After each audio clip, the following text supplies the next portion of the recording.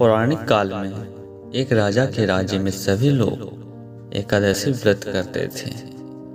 एक रोज दूसरे नगर से एक व्यक्ति नौकरी मांगने के लिए राजा के दरबार में आया। उसने राजा से नौकरी की प्रार्थना की। उसकी बातें सुनकर राजा ने कहा, मैं नौकरी तो दे दूंगा, लेकिन एकादशी के दिन तुम्हें अन्न नहीं दिया जाएगा।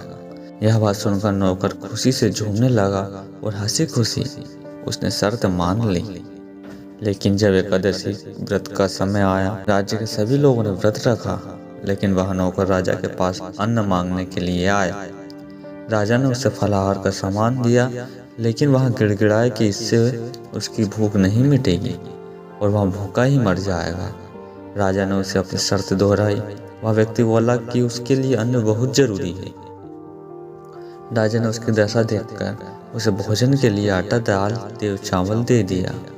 वह नियमित रूप से एक नदी के किनारे गया और उसने भोजन पकाया। भोजन पकाने के बाद उसने भगवान को निमंत्रण दिया और कहा, हे भगवान, अपना भोजन कर लीजिए। भक्ति पुकार सुनकर भगवान प्रकट हो गए। अपने भक्त की पुकार सुनकर भगवान विष्णु चतुर्भुज रूप में प्रकट हुए और भोजन करने लगे। भोजन के बाद वह वैकुंठ लोक चले गए। इसके बाद वह नौकर भी अपने काम पर चला गया। जब दूसरे मास में एकादशी तिथि आई तो उस नौकर ने राजा से 2 गुना अनाज मांगा। जब राजा ने इसका कारण पूछा तो उसने साफ साफ बता दिया कि पिछली बार उसका सारा भोजन भगवान कर गए थे, जिस वजह से वह भूखा रह गया था। यह बात सुनकर राजा को विश्वास नहीं हुआ और उसने उस नौकर को अन्न देने से मना कर दिया।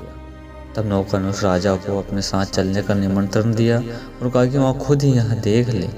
उसके बाद नौकर के साथ राजा नदी के किनारे गया और एक पेड़ के पीछे छिप गया। वहाँ पीछे छिपकर पूरे घटनाक्रम को देखता रहा। इस बार भी नौकर ने भोजन पकाया और भगवान को निमंत्रण दिया, लेकिन इस बार भगवान प्रकट नहीं हुए। शाम तक वह भगवान का इंतजार करता रहा और उन्हें पुकारता रहा। अंत में उसने कहा कि हे भगवान, यदि आप भोजन करने नहीं आएंगे तो मैं नदी में कूदकर अपने प्राण त्याग दूंगा। वह नौकर जैसे नदी की ओर बढ़ने लगा तो भगवान विष्णु प्रकट हो गए और उन्होंने अपने भक्त के द्वारा बनाया गया भोजन ग्रहण किया। भोजन करने के बाद वह उस नौकर को अपने साथ अपने धाम ले गए। राजा को यह आभास हुआ कि वह भगवान की भक्ति नहीं बल्कि आडंबर कर रहा है। सच्ची भावना से ही भगवान प्रसन्न होते हैं और दर्शन प्रदान करते हैं। तब से राजा भी सच्चे मन से एकादशी का व्रत करने लगा और अंत में उसे भी स्वर्ग की प्राप्ति हो गई।